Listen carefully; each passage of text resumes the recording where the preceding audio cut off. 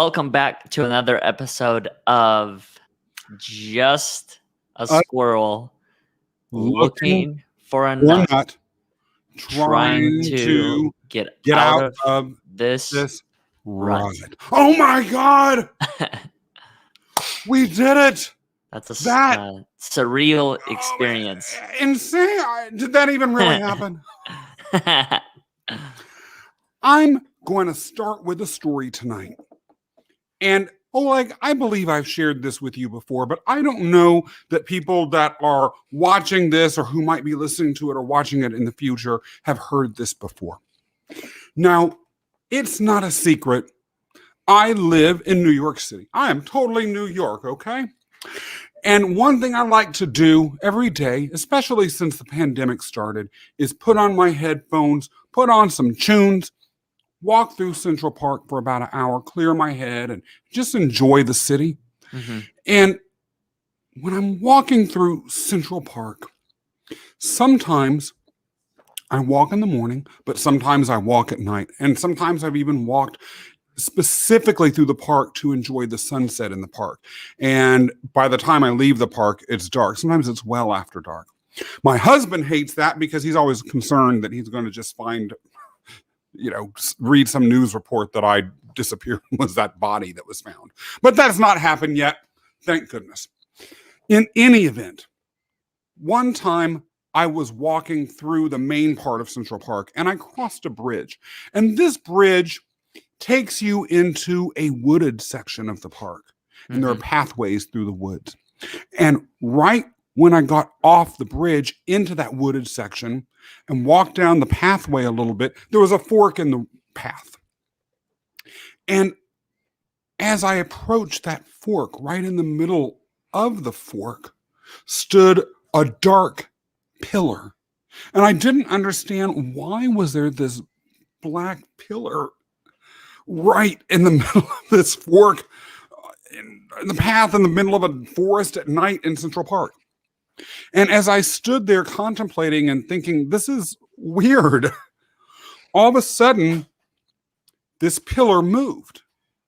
And I realized it was a man with his head bowed down. And as he lifted up his head, which I was observing him from the back, he spread out his arms. He was wearing some sort of coat or a cape.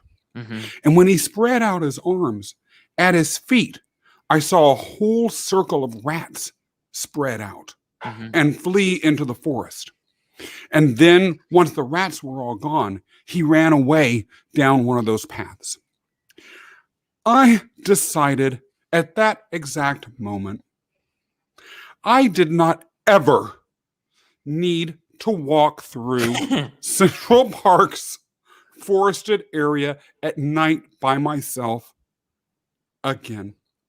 I am a 6'1", 215-pound weightlifter who knows martial arts and is more than capable of defending myself and fighting. And I'm strong too. But that weirded me out. It was so surreal that I've never forgotten it. And it's one of those things that I've always asked myself, did this really happen? I went home and I told my husband about it. And I said, this just happened 15 minutes ago. I'm wondering if it even really occurred. But it did. Have you ever had anything like that happen? Nothing in regard to an experience like that. However, I will say that I think I was in either high school or my first or second year of college. And one of my best friends and I from back home, we were working at a fireworks tent that summer. And so one of the things that we were doing, or one of the responsibilities that we had, was not only manage the tent during the day, but also keep the tent safe at night, because we didn't have any security or anything like that. And I remember one night in particular, my friend and I stayed up relatively late, just playing different games around the tent and stuff like that. And then we realized that we had to go to bed in order to be able to wake up in the morning and proceed with that day. And that day, I saw a tornado touch down. And it actually went through, not through our tent, but it went. Yeah, true story. It went close enough to our tent where, and my friend will certainly be able to relate to this. It went close enough to our tent where we saw the tables, the big barrels that were filled up with water that actually held the tent down during the day, just lifted in the air and swirl around us. There was another tent that was across from us, another company, another individual that was working with it. His was completely blown over onto the street. Was And he in the tent when it blew into the street? I think so. Yeah, I think he was in it, What? and then he somehow was able to stay on the ground. I'm pretty sure he was able to just kind of stay low to the ground. That's one of the things that you do, but it was a really surreal experience. And the reason why I share that is because when we went back home to my friend's place, somehow we were able to find the keys and get in the car and make our way there. And we also gave this other person a ride to my friend's place. I remember getting there, and one of the very first things was that no one believed us. No one believed us. No one believed what we had experienced. In the morning, there was some sort of news coverage from the local news that said that it wasn't a tornado, but rather just high winds. And so it was one of those moments where it was difficult to tell someone what we had experienced because we were being told otherwise. We were being told that there was no tornado. It was just probably high winds and whatever it is that we experienced. So that's where I'm glad that I was able to share this moment with someone else, because otherwise I think I would have felt extremely alone and Yeah. misunderstood, which would have not would have, but having experienced that numerous times throughout my life, it's a challenging feeling to work through. Jessica, my story about the rats reminded you of a woman in Home Alone. I was I've, just ne- thinking the same exact thing. Have I've you seen never it? seen. No, I need to watch it now. Yeah, It's there's a woman. She stands in Central Park. I forgot her name. Maybe Jessica remembers it, but she is one of her abilities is that she's able to attract pigeons. I don't know if it's only pigeons. I think it's a variety of birds. And anyway, so she will go to Central Park and she'll bring a bunch of seeds with her and she feeds the birds there. But yeah, I was thinking the same exact thing when you were describing it. And in fact, before you said rats, I was thinking that you were going to say pigeons. yeah. I wish it and then had been pigeons. I was going to ask you whether or not you were describing that scene from Home Alone or if that was real life. As a New Yorker, we like to pretend that rats don't exist, and sometimes they thrust themselves into our face, and then that, of course, reality that bubble gets burst. Yeah. But seeing a whole circle of them just sort of run away, that was too much reality. It was so much reality that it was surreal. And Richard Marks in the house. What do you think Richard makes something and surreal, Kenny. though? Well, Go ahead. first of all, maybe it is that it seems like something that's out of a movie, but I suspect that there was surrealism even before movies existed. Just weird stuff. You read novels. My favorite author, Gene Wolfe, says in his masterpiece book, the things that are most real are the things that seem unreal. And the things that seem mundane are the things that are most unreal of all. Well, it also makes me think of, so I recently watched a movie for, I don't know, my third or fourth, maybe fifth time, called Interstellar. Have you seen it? Yes. Any chance? Okay. And if y'all in the audience have seen Interstellar, shout out about it. Let us know if Yeah. you think that was surreal and if that's ever happened to you before. Yeah, so that was a surreal film for me for a couple of different reasons. Being able to observe my own life through that perspective was a pretty surreal experience, because what I realized myself doing in looking at how they were going through life and the different things that they were after, as far as just forward progress and all these ideas, it made me actually appreciate my own life even more. It made me really take a step back multiple times throughout the movie and look at it through just really think about it in your particular experience as well as my experience or anyone else that's tuning in right now. Even having the ability to breathe or to see or to touch, smell, all these different senses are all different experiences.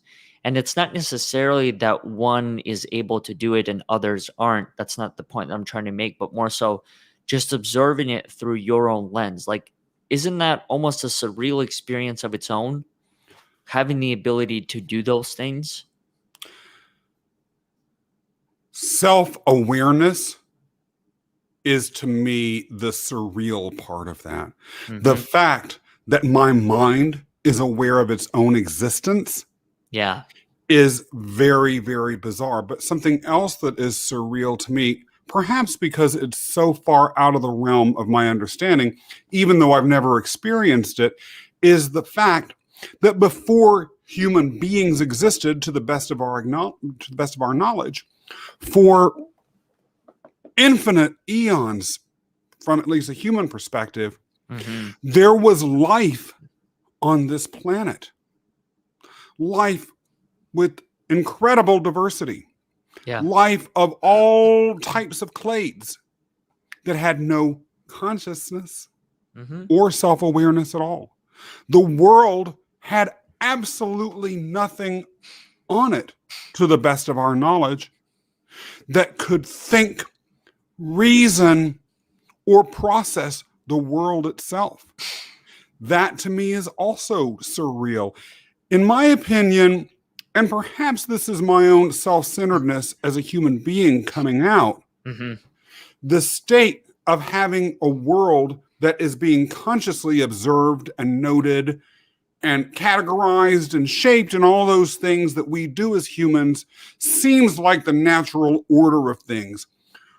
A world without it seems abnormal and bizarre, even though that state was the overwhelming history of this world. Mm-hmm. And maybe that's part of what surrealism is to me.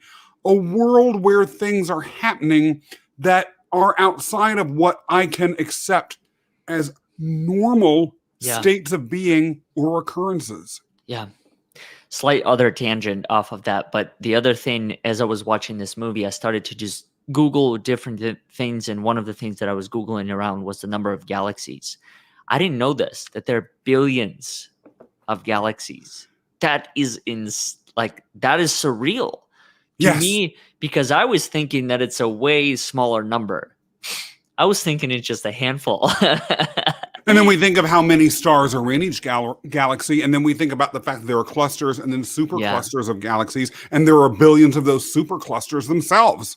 Yeah. And that's just in the known universe. Yeah. Yeah, that was a pretty eye-opening statement for me from the film. The other one that Matthew McConaughey had made in that was, it's towards the end. For those that haven't watched it, I don't want to spoil the whole thing for you, but for those that have, you might be able to recall. You remember towards the end where he drops into whatever dimension it is, fifth or some pretty wild dimension that I think him in the film said that he couldn't even conceptualize where he was. But essentially he was communicating with his daughter.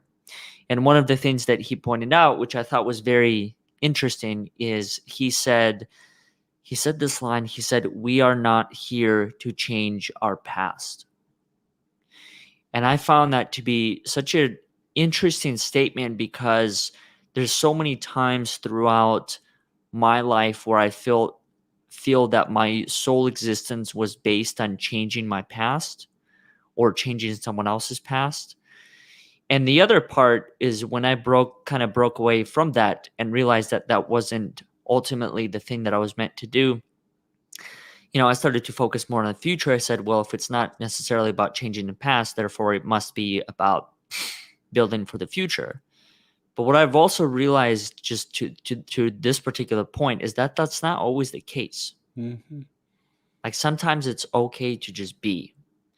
And that's a harder one. I don't know if you experienced this, Scott, or anyone else, but for me, that's been one of the bigger challenges, is to accept just the presence alone is enough. Before answering that, Mm-hmm. I want to thank Jessica for recommending Kid 90. I will look that show up. I hadn't heard about that before. Melody, welcome home It is good to have you here. We are talking about surrealism. Share surreal experiences that you've had. Have you had surreal experiences? And what makes something surreal to you? Jessica mentioned a little bit earlier, she's writing a book, but she stopped a little bit because it involves stories of her grandparents' lives, and some of them seem so bizarre that she is afraid to write them down because people will think she's crazy because they won't believe her. Sitting there and being, Oleg, look at me. You have known me for some time now. Just a couple days. A couple of days. And we've talked a few times, and those who have been on this show and maybe met me in person or talked to me through, do you think I ever sit around and just be? You just need to stop. I can't even, that to me would be surreal. Yeah. I can't even imagine it. So it's harder for me than it is for you. That would be an experience that would be so surreal. I don't know if I ever would want to experience it. That would be like an out-of-body astral projection sort of thing, which, by the way, if anyone has had a surreal astral projection, I want to know about it. Do you find yourself to be, I know that you mentioned that it's challenging to be in the present and to just be there without having to either change elements of your past or to continue to work towards the future.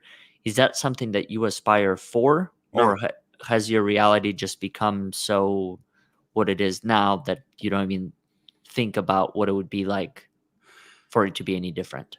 I do meditate occasionally, so maybe I'm exaggerating just a little bit. There are moments, I guess that's kind of where you're trying to just be. I was forced into meditation. The only reason I even decided to try it one time, and then I've stuck with it, is because I read a book by a Navy SEAL who taught me how to do it in a way that I could relate to. But really, as a state of being, I enjoy energy. I enjoy the vibrancy of my life. I enjoy leaning into that. I found that the more I lean into it, the more fully I express as Scott Mason. And that to me is something I love. And so for me, just sitting and being feels as though it would be not being Scott Mason. And I know people are going to say, oh, but Scott, you'll love it. It'll do all of this sort of stuff. Leave me alone. No, but everyone's different. Yeah. Melody, speaking of different, Melody says she astral projects. Yeah, I don't really fully know what that means. What does that fully mean? Astral project? Melody, is that when your spirit basically leaves your body and you may move to another place or time or just observe things? That's how I've always understood it. And that has to be surreal. So your mind is still capable of making that observation, even at that point? Melody, I leave you to answer that. I think the yes was an answer to that question. Wow. That's fascinating. I've never truly experienced that. I've had some surreal dreams, I think, in my life where I was able to travel through not only what's available on this planet, but just some strange places that I can't even recall. Probably a lot of it was influenced by movies like Interstellar, where the landscape is not what it is here. And so I bet that some of the landscape that I experienced in my dreams was similar to that. So those were relatively surreal moments. Do surreal moments scare you? Does the prospect of them scare you? I had a conversation with a friend of mine many years ago. We'd watched these movies called Leprechaun. They were horror movies about these demonic leprechauns that kill people. Not very scary. But in any event, he said, how come we don't get to live in a world where there are magical beings all around, like leprechauns and fairies and ghosts and things like that? And I said, well, those things, maybe not leprechauns, but those things do exist for some people. They just don't ever happen to you and me. And I've always been jealous of people that get to have surreal things happen to them. Like, I really want to be able to astrally project. And Melody, I am actually envious of you because I think that would be just the coolest thing in the world. But surrealism, outside of that weird story of the person with the rats in Central Park in Dark, which was not something I would ever seek out again. Would you, if you had the chance, experience surreal things, like live through the ending of Interstellar? Well, I think a lot of that also depends on where I might be at a particular chapter in life. For example, if I'm at a chapter, which has happened to me multiple times, where I wasn't as accepting of certain opportunities that came across my plate, an example that you had mentioned of walking through Central Park and seeing that individual with rats, there might have been a time where I would run away from situations like that. But if I were to see something like this now, and as long as I felt that my safety wasn't in danger, I would probably ask questions. But that's solely because I think right now at this particular chapter of my life, I'm significantly more curious about experiences and different events in life. That's why I think movies such as Interstellar and Martian and Inception, so many other films that really get me thinking, but at the same time, they provide an additional perspective for what I already experience, but I maybe take for granted on a day to day Mhm. basis. For example, I don't take the time and observe my breathing or my ability to hear, to see, to touch, to smell. Rather, I just acknowledge those as things that I have access to every single day. Now, things might change when I don't have access to it, whether that's the next minute, the next hour, the next day, whatever the time frame looks like. I can't really control that. So, what I find fascinating for me is being able to look at films like that and create a perspective, create a perspective from what's being portrayed in front of me and what I actually experience. Would I want to experience something like the ending of Interstellar? That's a harder question to answer. In this particular state, I would say no. And the biggest reason why is because I still feel emotionally attached to beings, whether it's humans or animals or whoever it is that's within my circle, that would be difficult for me to truly let go as they did in that film and accept the possibility that I may never see another being like that. I may Mhm. never see life ever again. Mhm. That would be a harder concept to me. That's why for me, and I don't try to judge when it comes to these situations, but sometimes when I hear people say, "Oh, I'm not attached to others," or "I'm not attached to anything," I have a harder time believing that because I think, at least for me, it's been a subject that I personally don't think it's possible. I don't think it's possible not to be connected to another form of life while being here. That's just my opinion of it.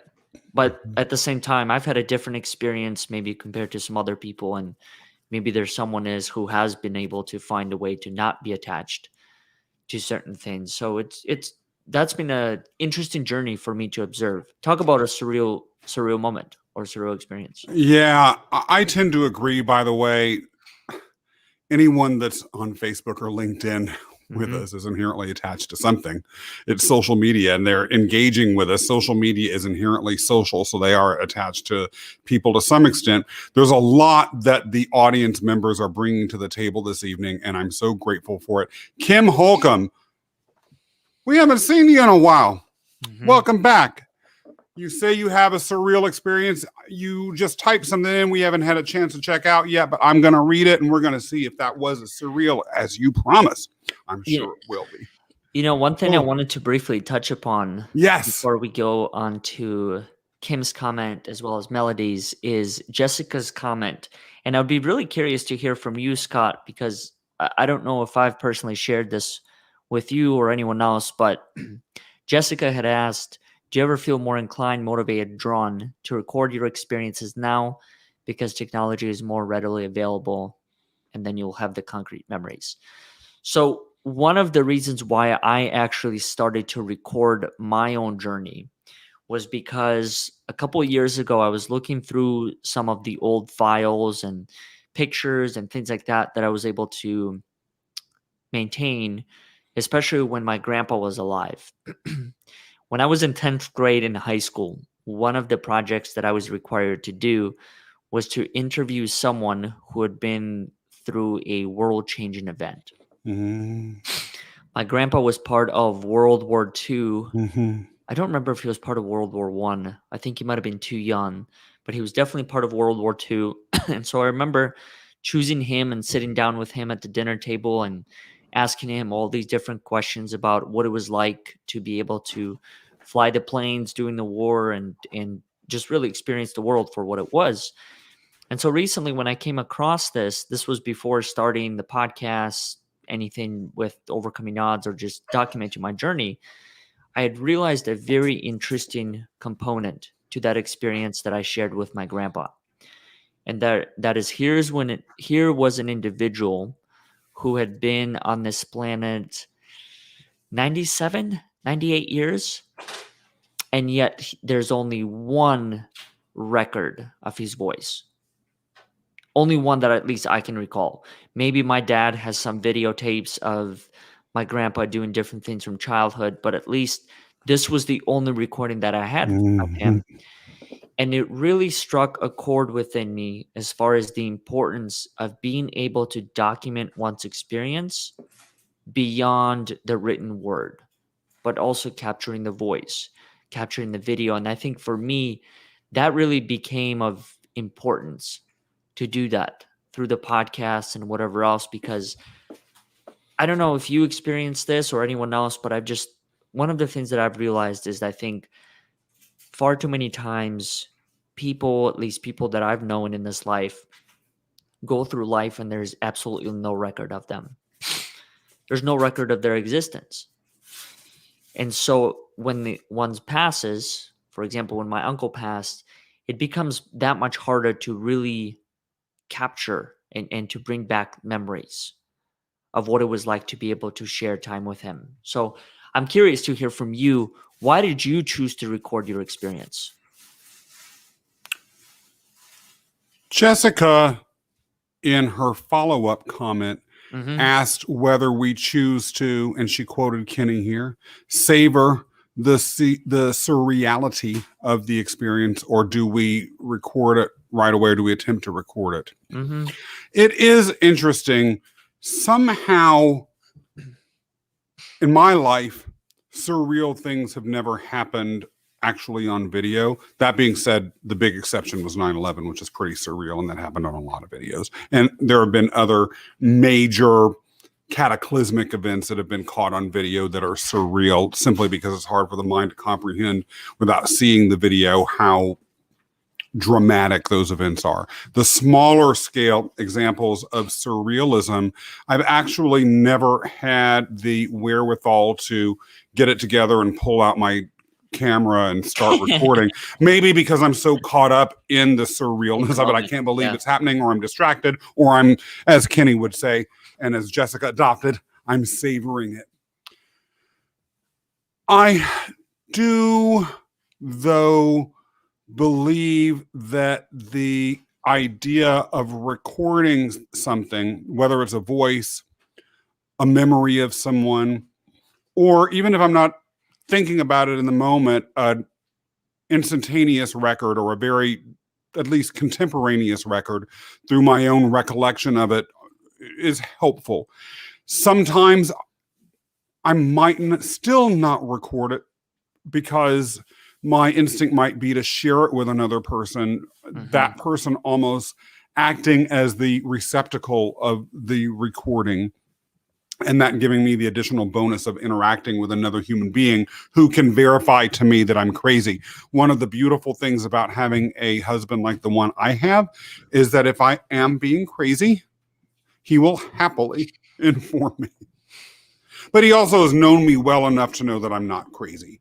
And he'll remind me that I'm not crazy. And he believes that, which goes as to what Jessica was talking about earlier with her grandparents' stories that she was writing down. It can be hard to believe these things. And sometimes I do wish that I had recorded the events when they happened, simply because that might take away the surreality of it, or maybe it would at least distance me from the emotions that I am experiencing when those surreal events occur. I feel like the fact that there are so many lives that have come and passed in the history of humanity. The overwhelming majority of lives probably that have come and passed in humanity have gone unrecorded. I was reading in a book about the history of humanity recently called Sapiens. Anyone that hasn't read it should. I read it on the recommendation of our friend Casey Berman. So big shout out to him. In passing, this mentioned all of the people that were slaves, for instance, during Roman times. They might have just been ordinary citizens of some city that was captured by the Romans and then put in shackles and sent to work in mines, or sent to be prostitutes, or sent to be gladiators, or dig up roads, and died from exhaustion or malnutrition or abuse, rape, torture. We would never know about it. That also to me is surreal.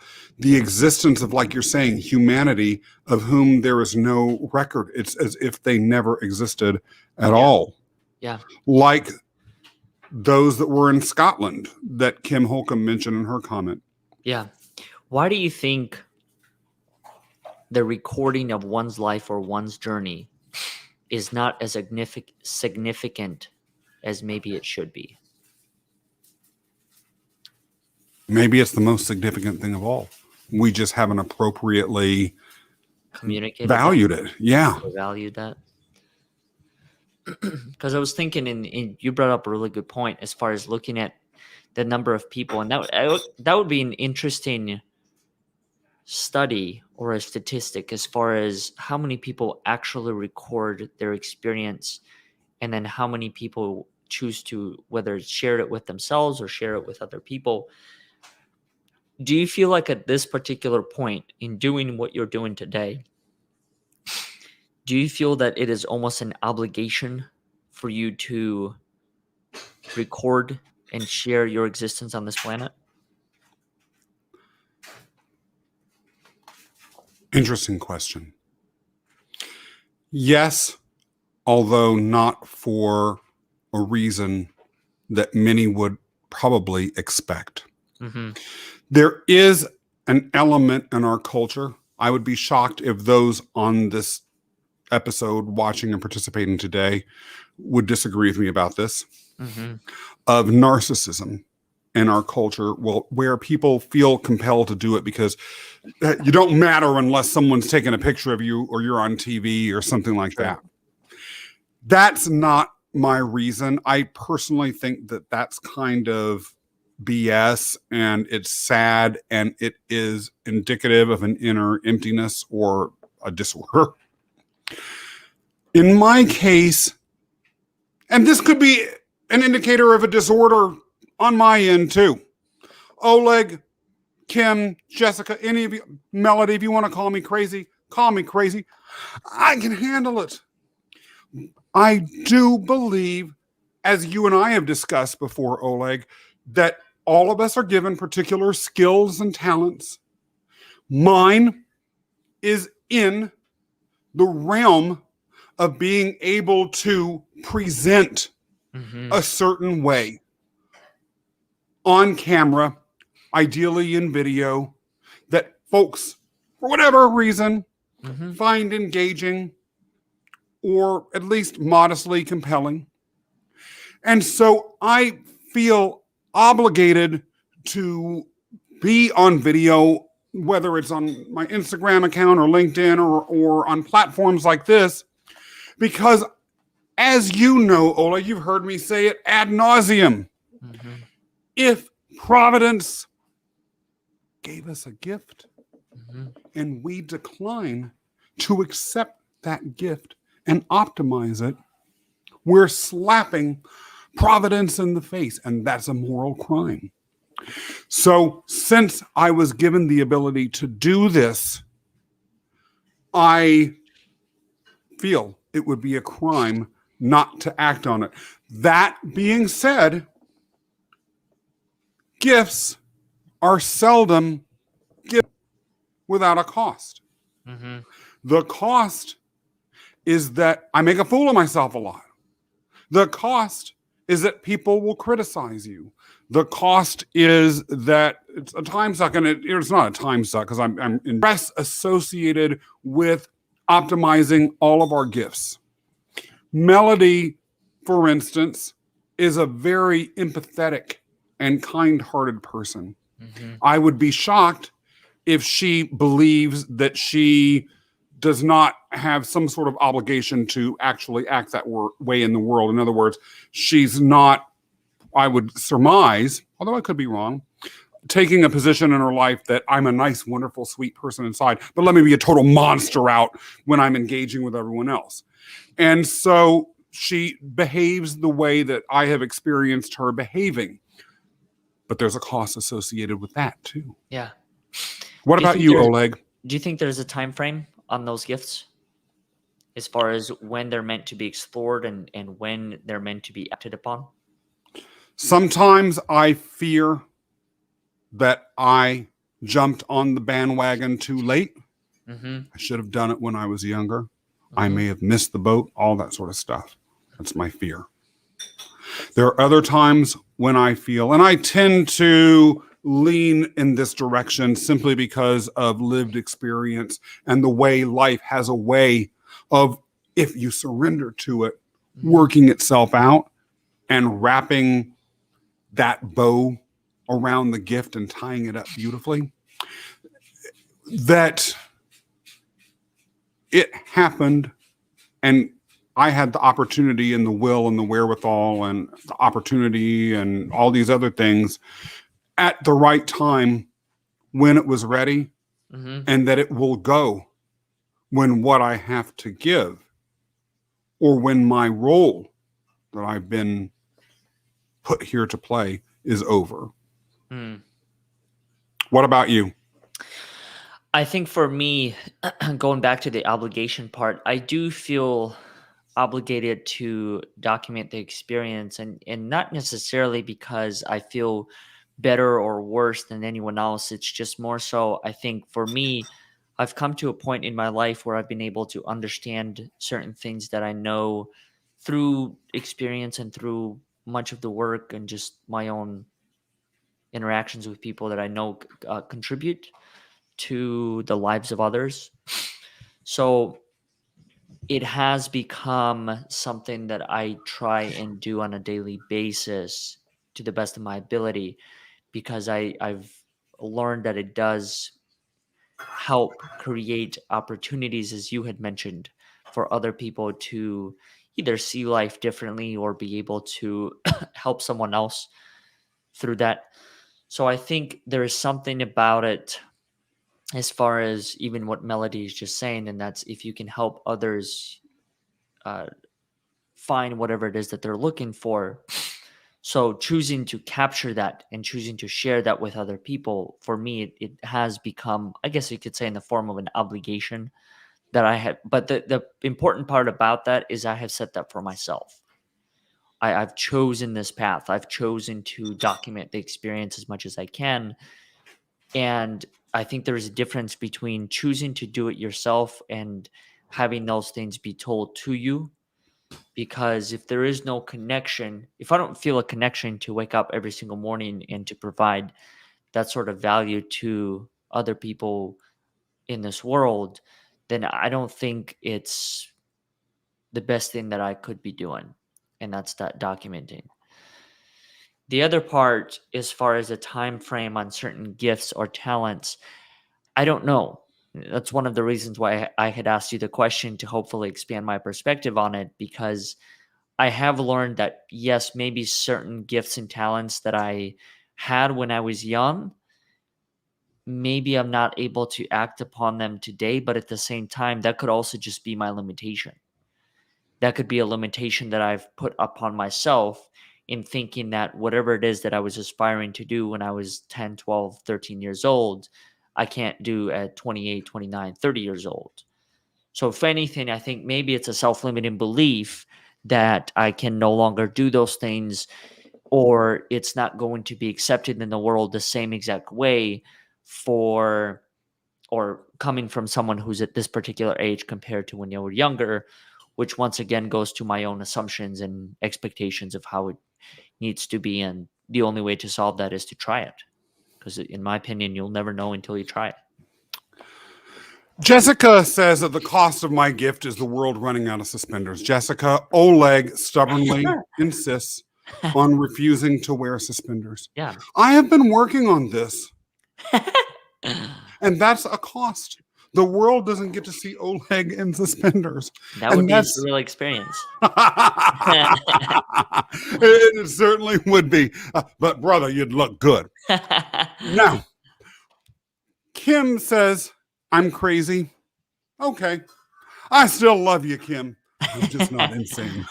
I don't even know what that meant. I just said it. But in terms of my gift, and I will answer this particular question to get back to what you were saying, Oleg, which is that I believe that my gift, I've been told that my gift is a distinctive voice and a presence and a high energy level that people find engaging. Yeah. Everyone could be lying to me. I admit that. In which case, I truly am not just crazy, but I'm insane too.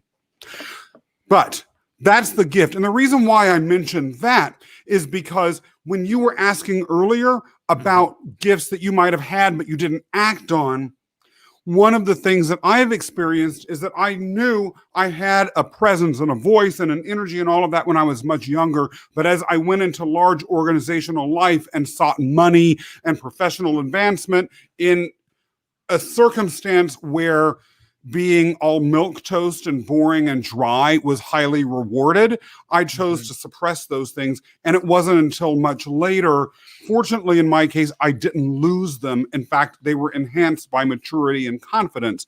But for a long time, they were repressed and buried until eventually I remembered them. The other thing, oh, go ahead. I was going to say, at what point do you think that experience turned from something that was maybe surreal because you weren't acting upon it to just an everyday activity that you now do? Say again? I understand. Me neither. I'm trying to frame this question. So in thinking of going back to how you show up in today's world, high energy, it sounds like there was a time in your life where you didn't act the way that not act, but you didn't show up the way that you're able to show up today. So I can only assume that back then, in you thinking of how you would show up as you show up today, was probably a surreal experience, something that you may or may not have been able to conceptualize. And then at what point within your journey did this just become a normal thing where you don't even think about this anymore? You just show up as you are. You don't experience that first thought as far as, okay, am I too high on energy? Or like, you just show up as Scott Mason. Like, when did this become the norm? Now, I don't know if there's necessarily a origin story to it, but maybe there's something within your memory that triggers that. I do remember when I left the company that I co-owned, the Brooklyn Press, that I was in a situation where I didn't know what I was going to do next. And so I had to begin to figure that out or to think about it. And that's when I began to awaken in a way. That's when I began to remember things that I'd forgotten about myself.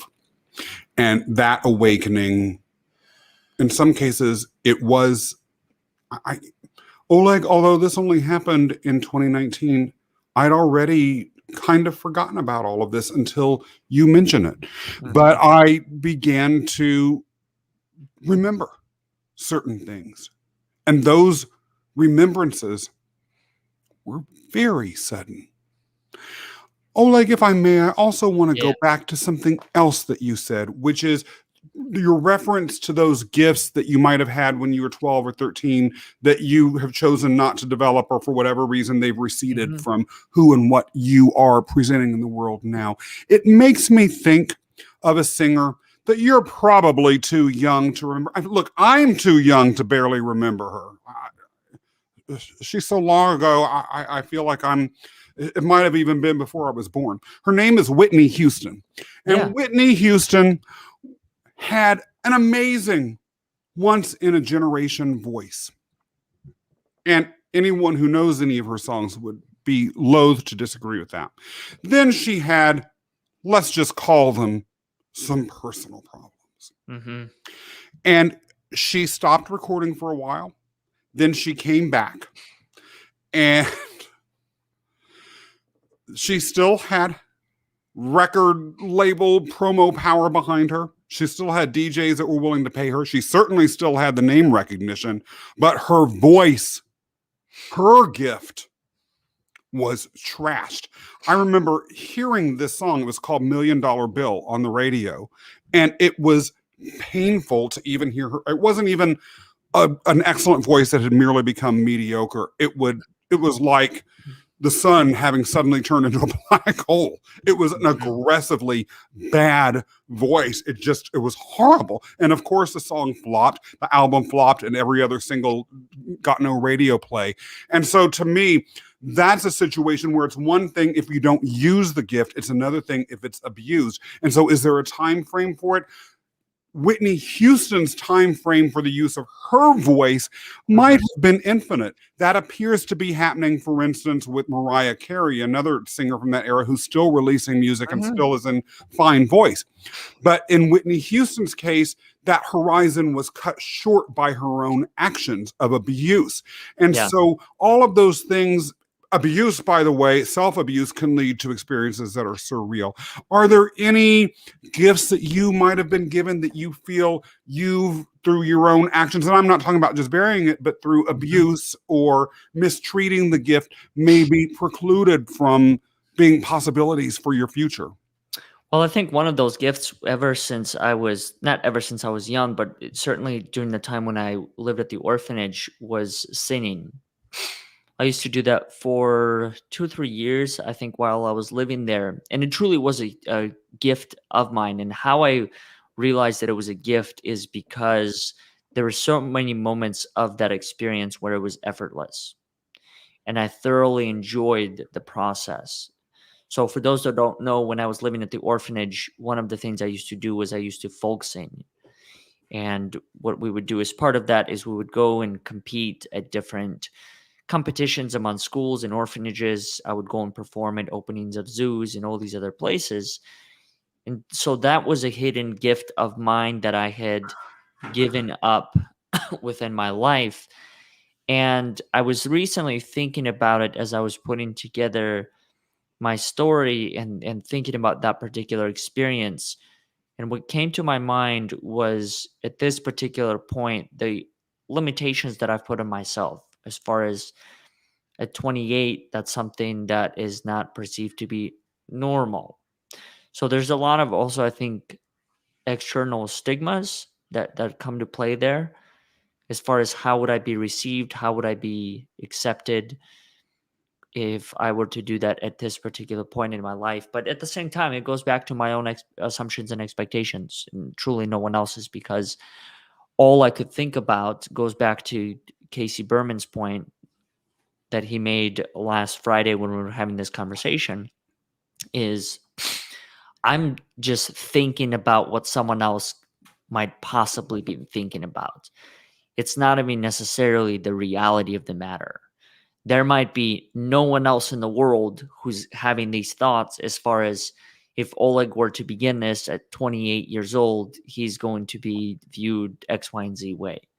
The other point that I quickly wanted to make, so I was recently watching an interview with Jim Carrey, and he was talking about his own experience of acting and different things that he's learned through it. And one of the things that he hinted towards a couple of times was in regard to what you were talking about, Scott, the whole concept of being able to find or uncover your gifts, your talents, and really step into it. And what he was sharing was that for him, in uncovering his gifts and talents, the most important decision that he had to make after was, what was he going to do if he is going to be loved or hated for those gifts and talents, and whether or not it's something that he's still going to pursue if he's not liked, and what is he going to do if he is liked, which is fascinating because you look at some of the individuals that we've experienced in our lifetime who are able to who have created quite this stage and quite the appearance. I mean that with millions and millions of people, Mm-hmm. and how some of their journeys change drastically when they're no longer liked, or when they not feel appreciated for who they are or what their natural skills are. Mm-hmm. So it's an interesting journey, and I don't have any answers to it as far as what is the right way and what's the ultimate path to that discovery. But at the same time, it's just something to be aware of. I Mm-hmm. think, especially in our case, and I know Jessica's case, and many of the other people, is that in having platforms like this that give an opportunity for other people to join and share their own opinions and perspective, there could become a time when someone else's opinion takes ownership of you, Mm-hmm. and that becomes your reality. Mm-hmm. And that could become another surreal experience to go through, because Mm-hmm. then, at least for me, this has certainly happened in my life multiple times. It became even harder to identify what about this experience is mine, and what about this experience is someone else's opinion and perspective of what I should be doing. Kim Holcomb touches on that briefly in her most recent comment about her singing and people's reactions to it, and the surrealistic, I assume, experience of having people criticize something that you're doing well. And I do want to just say goodbye to Melody. We didn't get back to your astral projection discussion, but don't think that's been forgotten. Don't. That would be We'll find a way to weave that in. Yeah. And please visit us tomorrow. So, it does, Oleg, the point you're making raises the question about whether it would be more surreal to be loved or to be hated. Yeah. Particularly if you are widely recognized. Mhm. I do not find it surreal to be ignored, because that's happened so much in my life that it happens to a lot of people. I think that no one is the center of attention all the time unless you're certain people. Mhm.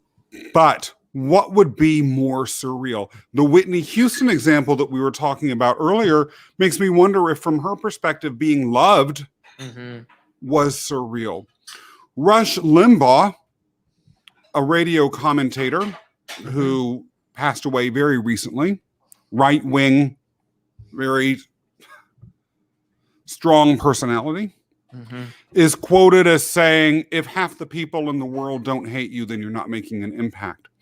One thing I have tried to psychologically steel myself for is the idea that there will be, and this has already happened to me. There are people that will hate you, or at least make their dissatisfaction for who you are and what you represent very, very clear. And how do you understand that? Is that a personal reflection? I don't want to put words into your mouth, but how do you understand someone else's hatred towards you? I love it. Why? Unless they're my boss and they're going to fire me. Or someone that has power over me, but that's why I left large organizational life, because I got sick of that. That I did not like.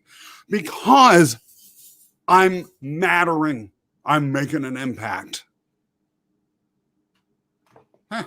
I'm one of those people that doesn't always believe, unless it's a crime or something like that negative publicity or negative attention is always bad.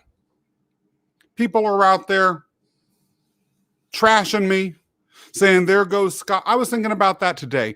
You and I have discussed there is, and unfortunately for audience members, I can't really share this. There is a business idea that I have that I've been working on for the better part of a year. And it will be a little while before that comes out, assuming it comes out in its current iteration. It may change a little bit, but I'm hell-bent on making it come out in one way or the other. And I am certain that there are people that would think I'm ridiculous or hate me for thinking I have the arrogance or the balls or whatever to do this sort of thing. Good. I've got you thinking. What about you? You've got me thinking for sure. Oh, and No, by the way, I'll just say one other thing too, and then I yeah, will shut up. Sometimes I like it when people hate me. We talked about this before because I yeah, hate them. No, I don't hate people, but I don't want them to like me because they stand for something that I don't represent or that I despise. And if they hate me, that's a sign that I'm doing something right. yeah. What about you? So I think for me, I have a slightly different perspective, not necessarily better or worse, just different. But when it comes to people disliking me or what I do, I look at it as a reflection of their internal being. Now, I didn't always have this perspective. I would say, if anything, I've had this particular perspective in the past couple years, if anything. So when someone expresses to me that they don't like X, Y, and Z, or they don't like that I spend so much time working and doing a lot of the things that I aspire for in my life, I look at it as an internal reflection. So and I'll give you an example. A couple times that I've received a comment from people saying, "Hey, you work too much. Slow down, take a breath." Even though there's a grain of truth in that statement, I've also realized that it was important for me to observe who was making that comment to begin with and what is their work life balance or routine is, right? I think it's an important thing to assess, because if you tell me that I work too much but you don't work at all, then it's something that I really have to understand, like, well, what does working enough mean at that point, right? So I think for me, it's become something that I look at as far as an internal reflection of what that person's going through. Or I'll give you another example. In sending out these emails, I've shared this many times before, the 1,000 emails a day. Sometimes I would get very interesting responses. And they're not always unsubscribe or please remove me from your mailing list, but they're along the lines of F you, no one wants your program, things like that. So it really gets me thinking as far as what could I have possibly said in an email to deserve an F you as a response. That's where I think that what might be happening is the person might be going through a challenging time of their own, or not even necessarily challenging, but a different time of their own. And I just happen to be an outlet. I just happen to be the person that they're processing their circumstances through. So that's where, for me, I choose to look at those situations as feedback, not necessarily always feedback of things that I need to change, but also understand that when people express themselves in that way, it's not necessarily because I was doing anything wrong, or it's not necessarily because I had to change something within my current way of doing it, but it's more so that the person might be going through something of their own. What about when you're the one doing the disliking? What about when you're the hater? Yeah. Oh, that happens. That has to happen. I mean, I'm a human. I think I think it's the same exact thing. I think it's the same exact situation, only the roles are reversed. When I choose to dislike someone or something, oftentimes it happens because I'm going through something internally. And it just happens to be so that that particular thing triggered something within me and my own experience. And so now it has created a space for me to express what it is that I'm going through without necessarily. The interesting part about it, and I don't know if you experienced this, Scott, or anyone else, but when someone triggers you, you're going through something internally, someone says something, and the conversation has nothing to do with that thing, but that trigger is great enough so everything essentially spills over onto that person.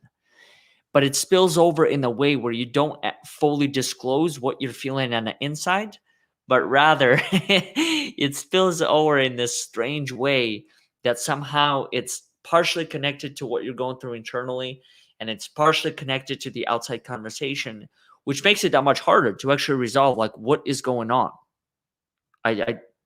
Harder to understand that. So those to me are surreal experiences. I think, if anything, human communication is a surreal journey of its own.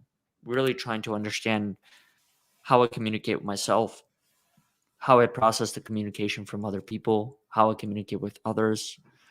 And to what degree do I believe I even know how to communicate whatever it is that I'm trying to communicate?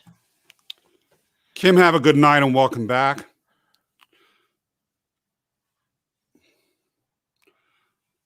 What you're talking about, Oleg, I've been guilty of that myself. Mm-hmm. And I personally am not someone, except in my most boisterous moments, who generally will say, I live without regrets. There are things that I regret. Yeah. And the type of behavior that I most consistently regret is exactly what you're talking about. Mm-hmm. I might have had something going on in my life and been feeling vulnerable or rageful. Mm-hmm. Someone says something that triggers me. It probably wasn't even that big of a deal. That person may have generally annoyed me anyway, but maybe not. Sometimes it's been my husband. And like you said, the bucket of water just pours out. Mm-hmm. And I find that challenging, in particular with me. I don't know how you are this way, and I'd be curious to hear your description of yourself when this happens. But as you can imagine, when I decide to let when I let the bucket fully pour out and I'm unrestrained, the loud voice, the energy level, 6'1" man wearing work boots usually that make him even taller, who is sturdily built, going ballistic, I've been told is not the most pleasant experience in the world. That's something I work very hard, have worked very hard, and will continue probably for the rest of my life to work very hard on getting being non-reactive that way, or being able to step back and breathe and say, I understand that this is my shit. This isn't you to the person. Even if, right. What'd you say?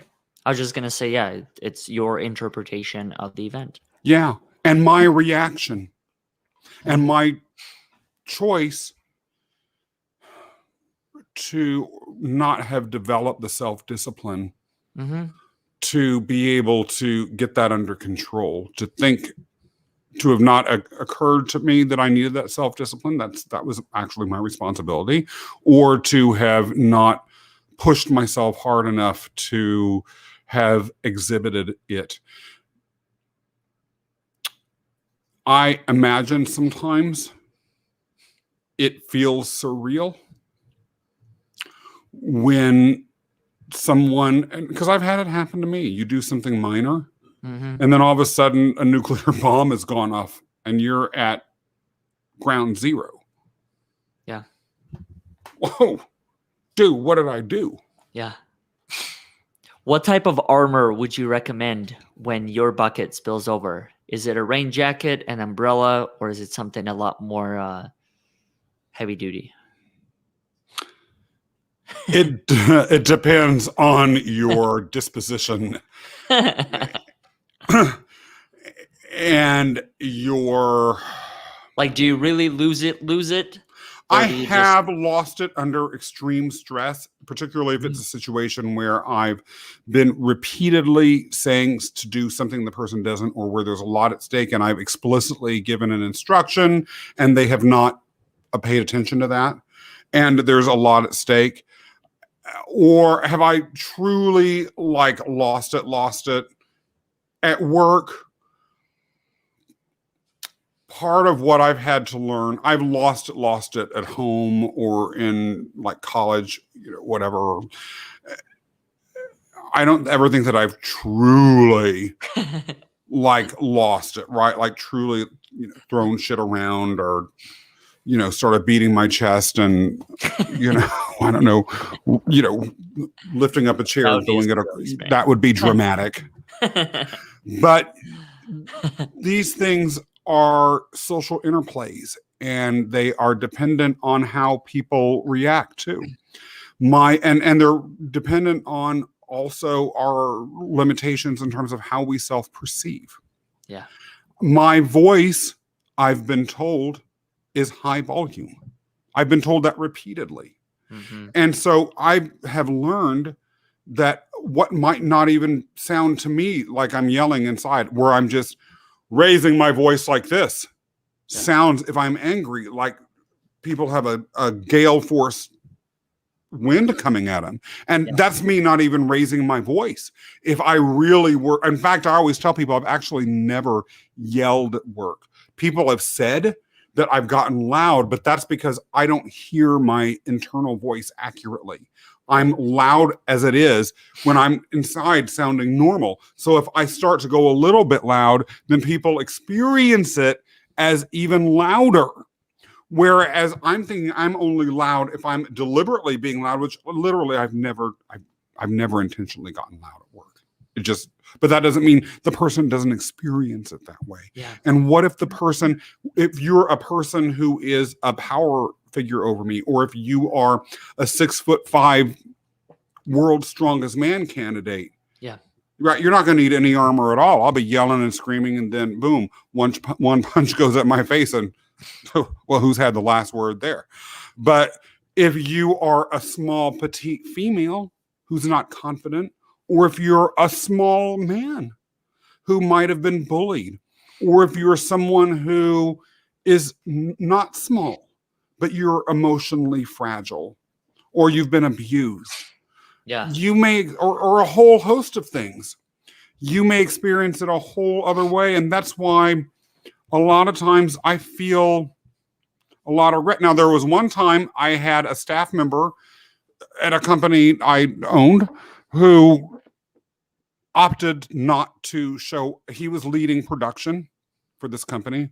Mm-hmm. And he, at that time on that particular job, and he opted not to show up on a day he said he would be there. That so happened to be the day before the production deadline. And I found, and he opted not to tell me or his boss or anyone else. So I opted to ask the day of the deadline, oh, and production is done, right? And only to find out that it was not, and why. And I, in my even by my own perception, when I found out he just not shown up and didn't bother to tell anyone, and that absolutely none of the production had been done for something that was due that day, and that he had promised would be done by the time we met, and where I was the sales rep and would have to deal with this client that was a large client of ours and have to face the possibility of losing an account of that, I will admit I was miffed. And I made it clear in no uncertain terms. And then I regretted that intensely later, Oleg. Mm-hmm. I was just like, oh my God. And I called him up and I apologized. I said, look, I'm not happy about what happened, but my reaction, I'm so sorry about that. I'm embarrassed. That was wrong. He was like, oh, I wasn't upset about it. And then I talked to some of the other staff people and I said, he told me he wasn't upset. Was he just doing that to placate me? And they were like, oh no, the minute he got off the phone with you, he was singing and humming and bouncing around like nothing happened. He wasn't phased in the least. So there may be times where I think I've turned into a total monster, and the person is just, disregarded it. Yeah, or processed it differently. And that's an interesting thing that you bring up, because it goes back to one's own story and perception of what actually takes place. So to you, it might be a surreal experience that you had gone through that, and you had put another person through your own anger, frustration, whatever it is that you were going through. To someone else, it might be just like, oh, this is an everyday experience that I've dealt with and have developed some sort of practice around. Mm-hmm. I know for me, and I'm by no means a perfect human being when it comes to this. There are times where where I'm not able to gather myself up and get to that point of awareness where I can process it through the lens of, okay, this has nothing to do with me. I just happen to be the trigger, the outlet, whatever it is. And sometimes it does have to do with me. Sometimes it does have to do with situations that I don't hold myself accountable to, for example. So what I've realized in those moments is, for so long I was trying to find the perfect person or the perfect people to be around. So people that have all their shit together, people that have that level of awareness. So if your bucket were to spill over, they would know exactly how to handle themselves. And then I just realized after a while that that person just doesn't exist. Because what I realized after some time is that there's certain situations that, for example, if you have yet to experience a situation, how could I ever expect you to be able to have all the proper skills and tools to deal with that particular situation? It wouldn't even make sense. So that was a big thing that I realized. But ultimately, yes, I think for me, I can't say I have many regrets. I think if anything, the only regrets that I'm aware of at this point, and it's not to say that I can't be aware of other regrets with future experiences, but the only regrets that I have at this point is, I wouldn't even say it's a regret. I think it's more so something that I've been able to reframe and process it differently. But it's the whole concept of unresolved relationships. And that's choosing to have some of those relationships go on for much longer than they had to. And not necessarily to end those relationships completely, but more so to come to terms with them at previous chapters rather than having to wait till this point. But then at the same time, one could argue that maybe I was meant to have all of these experiences leading up to now and today in order for me to have this level of awareness. Have you ever lost your temper, Oleg? I have. I've lost my temper. I mean, you could probably ask all the people that I've been in a relationship with. Every single one of them can give you some concrete moments or examples of when it happened. But what I realized was in those moments, and it's funny that you actually asked that question, because I've asked the same question to all of them, and one of them, what she had said was that it's interesting to look back at the whole thing now because we feel like we've grown from that experience. But in the moment, it was harder. It was harder to grasp. It was harder to control, to stay calm, and to really understand what are we fighting about, or what is this conversation really, what's really at the core of this. And I think for me, what I've learned is that that only comes with experience, some level of wisdom, perspective, compassion for the other person and myself as well. And the one thing that I don't fully agree with is that whole concept that it comes with being an adult. I don't think it does, because it's such a broad term. What does that really mean? So I think for me, some of the other things that I pointed out, those are things that I can go back to and really say, like, okay, in moments that I've lost my temper, what was actually happening? I wasn't as compassionate. I wasn't as understanding. I wasn't putting myself in the other person's shoes. I wasn't even willing to see their perspective. When you lose your temper, Mm-hmm. is it a sudden thing or is it a gradual buildup? And then all of a sudden you realized you stepped over a line that's gradually you've been walking towards. I think it depends what the trigger is. I think it depends. If the trigger goes directly to the origin of the problem, then it's probably going to be a sudden kind of blow up situation. If it's something that continues to go at it, scratch the surface, so to speak, then that will probably be a gradual thing, which in those situations I found it's even harder, at least for me, to come back from, because it becomes that much more difficult to really understand what are we having this argument about. because now we're nitpicking at all of these different things when really the problem is not the dirty dishes, or the problem is not you walking around the house with your dirty shoes. The problem is something completely different that started all of it. So that, I think, goes back to communication. I think it goes back to communication on both ends. Having the trust and having the courage for me to communicate what it is that I'm actually frustrated about, versus picking at some of these things and kind of hope that you guess it right.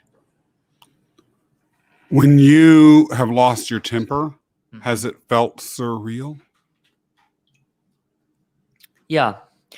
One of the reasons I think why it felt surreal, especially recently, is because I felt that I've grown so much from moments like that. So it was a surreal experience because part of me almost didn't even think that I could get myself to that time and space ever again. Mm-hmm. That was a component that felt surreal. The other component that felt surreal is just looking at everything that I've done on myself, the awareness and whatever else. It put all those things in question, because if I've worked on myself for however many years, why is it that those things didn't come to assistance, so to speak, when it all happened? So that was another surreal component of it. And I also think just surreal, not in how I handled it, but how surreal the situations really are. When I look at them, and I don't know if you experienced this, but you ever look at an event and you just question, like, how did that even happen? Like, why are we even here Yes. having this conversation about you not taking out the trash 5 years ago Yeah. that bothered you? Now, I mean, it's kind of, there are multiple things within that. So if it is that trash that you didn't take out 5 years ago, and then from that point on, just everything that appeared to be not in alignment with how I want things to be piled on top of it, I don't think it's solely on that person. I think it's also on the other person for not communicating that effectively and using some other example to illustrate one's frustration, when really at the core of it was you not taking out the trash, and the image of seeing things messy or dirty misaligned with your organization, which impacted your day-to-day. You see, there's like a chain of events beyond that. So I think that's where I was mentioning it. I think it's both people's responsibilities to really dissect some of these more like surreal moments, or moments that maybe were normal and then became surreal, Mm-hmm. because it's like we're really having this conversation. Yeah, I think about my relationship with my ex-business partner, Mm-hmm. and some of the discussions we would have, particularly some of the arguments we would have, which, by the way, is normal in a business relationship. It just happens. Particularly one that is in an organization like the one he and I co-owned, where it was small, it was growing fast. There were cash flow pressures, there were customer service pressures, there were vision differences that were at play. And a lot of times it seemed, in my opinion, to go around how we were handling staff challenges. Mm-hmm. I sometimes would sit and say exactly what you're suggesting. This conversation doesn't even seem real. Why are we even having this? How did we get to the point where we would have this conversation? Yeah. Right. There was one time where somewhere that I worked once, someone was late to the commencement of a very, very important task that caused a whole host of people to have to stay very, very late that night, because the person who we were waiting on happened to find out about a cat in a tree near their house and spent a few hours climbing the tree to get the cat. And that, I will say, when I was hearing that and we were having the discussion, which did not erupt into anything, there was a discussion. I felt was surreal. We as professionals in this organization were having a conversation. By the way, the fire department had been called, so the cat wasn't going to die. That was surreal. But you also don't know like what previous experiences could have triggered that person to do that. Maybe they had a cat that certainly they did not. loved, and the cat died of some circumstance. And so at this particular moment, when the person saw that, maybe that was what was triggered. Well, and it does go back to the story that opened this segment, which is right as weird and disturbing and surreal as the experience with that man who at first appeared to be a pillar in the middle of the park, surrounded by rats, the obsidian rat pillar.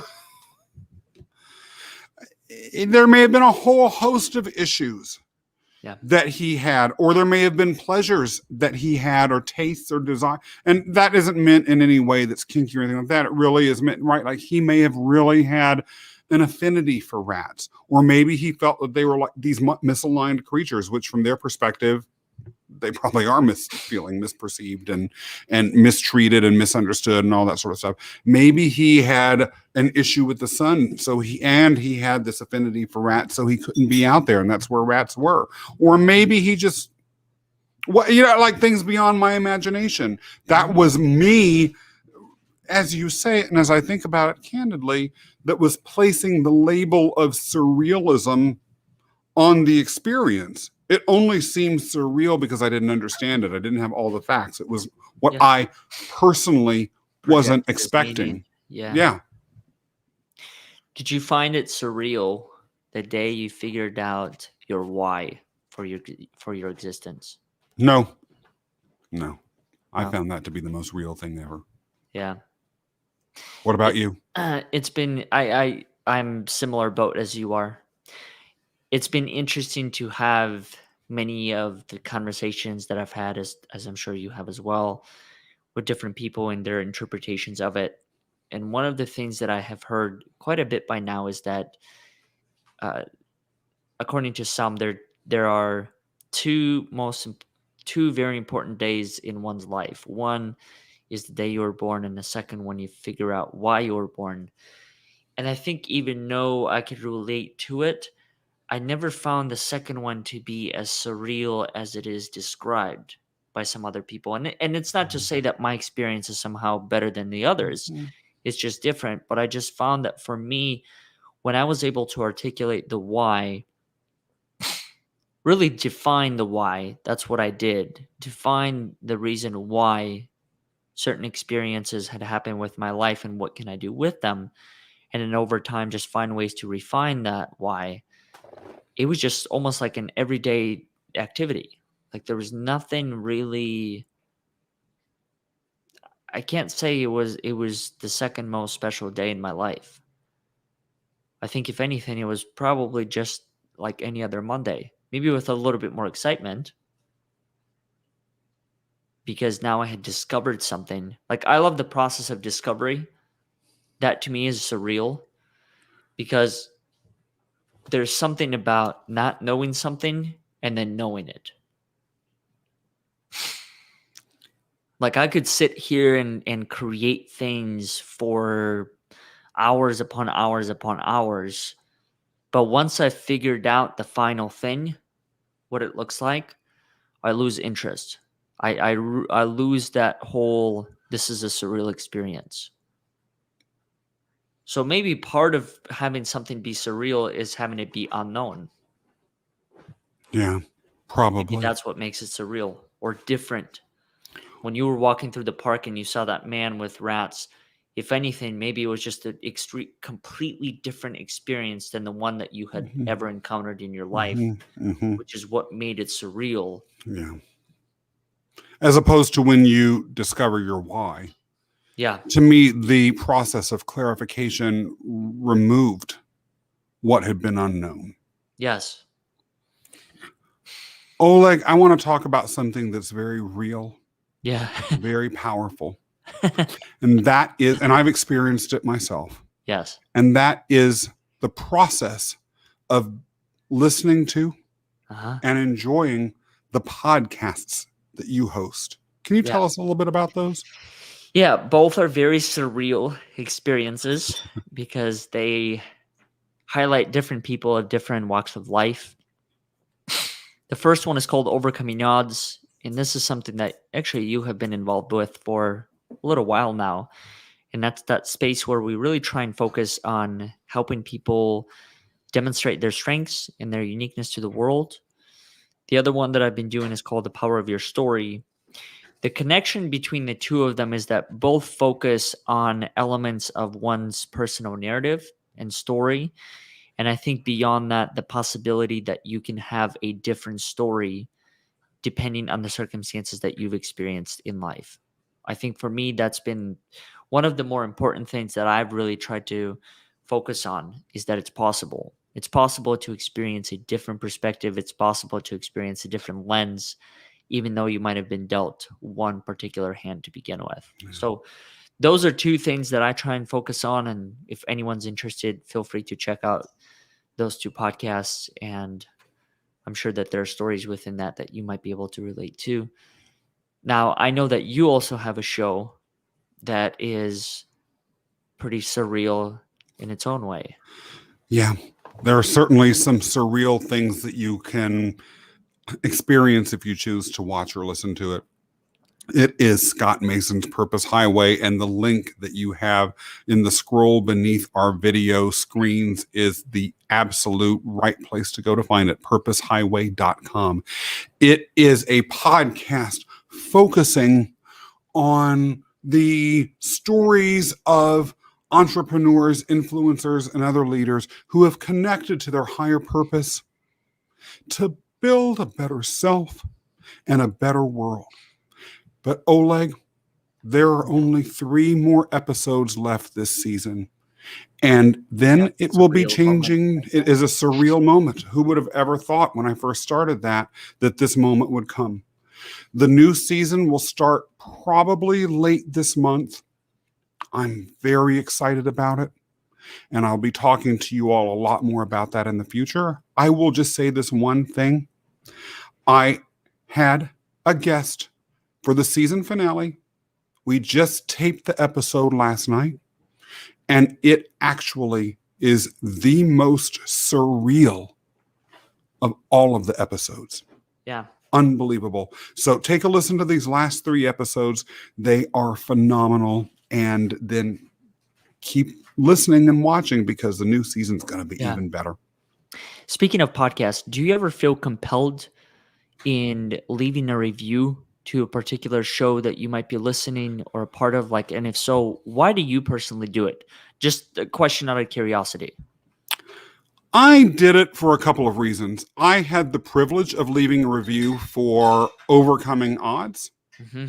I also believe I need to leave a review for The Power of Your Story. Mm-hmm. I haven't done that yet, but you reminded me that I need to, and I actually have that on my list of things to do. And why do I need to do that? A number of reasons.